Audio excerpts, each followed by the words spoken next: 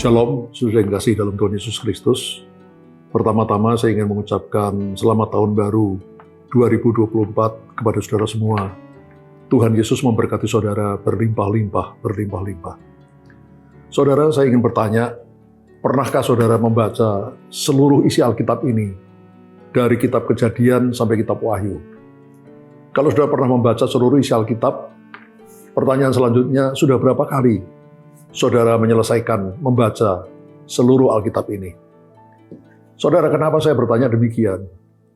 Karena semakin sering saudara membaca dan menghayati isi Alkitab ini dengan terang Roh Kudus, dengan pertolongan Roh Kudus yang mengilhami para penulis Alkitab, maka hidup saudara akan semakin dipimpin oleh Tuhan sendiri.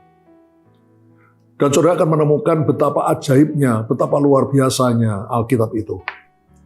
Saudara, Alkitab ini berisi rencana Allah bagi umat manusia. Berisi rancangan Allah untuk menyelamatkan umat manusia dan untuk membuat manusia menjadi serupa dan segambar dengan Kristus.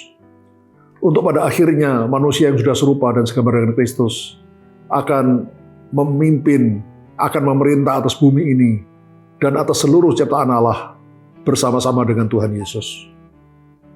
Saudara,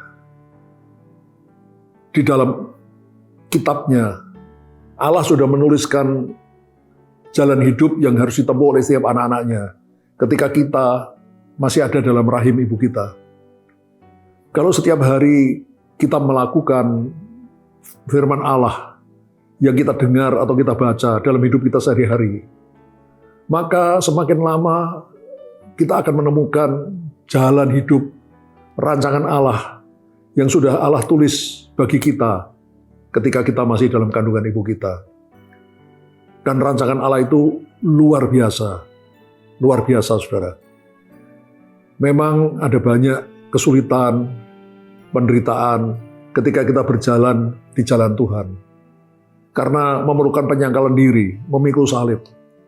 Tapi semua itu Tuhan izinkan terjadi dalam hidup kita, supaya karakter duniawi kita, kesombongan, iri hati, kebencian dan lain-lain itu rontok, saudara. Dan diganti dengan karakter seperti Kristus. Buah roh, kasih, sukacita, damai sejahtera, kebaikan, kemurahan, kesetiaan, kelemah lembutan, penguasaan diri.